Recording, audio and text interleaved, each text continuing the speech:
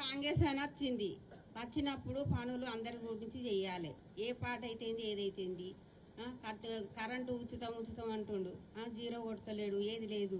మరి దాని గురించి ఎవరు పట్టించుకుంటలేరు. మరి ఎందుకు వచ్చిండు వాడు అసలు?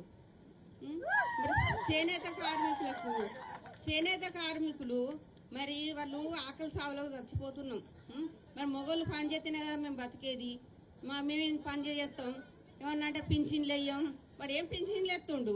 అసలు అయింది కేసీఆర్ వచ్చినాక 200 పింఛన్లు 1000 రూపాయలు చేసిండు. 1000 రూపాయలు మళ్ళీ 2000 చేసిండు. 2016 చేసిండు.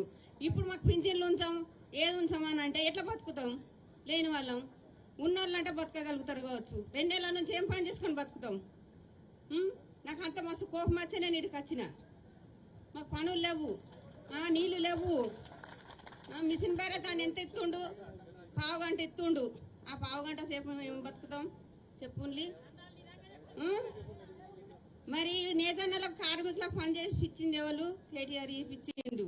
అని సిగ్గు లేదు, అని మానం లేదు. మరి నేను వచ్చిన పదవులకు మరి నేను చేయాలి. వాళ్ళకి 2 నెలల నుంచి పనులు లేవు. వాళ్ళు ఆడుతున్నాను తెలియదు. బ్యాంకులలో అప్పు తీసుకున్నాం. ఆ బ్యాంకులలో అప్పు తీసుకున్నాం కాడ మేము కట్టకపోతే మా ఇంటికి జీపేసుకొని వస్తారు. పొదుపులలో తీసుకున్నాం, పొదుపులలో జీపేసుకొని వాళ్ళు అవి కట్టకపోతే నువ్వు రావు బతుకొని అంటారు. మరి వాళ్ళు పనులు చేయాలి, మేము ఎక్కడి నుంచి కడతాం? మరి పనులు చేస్తేనే కదా. మరి వీడు ఎందుకు వచ్చిండు? వచ్చిన ముడగొడుకు అయితే చేయాలి, లేకుండా రావాలి.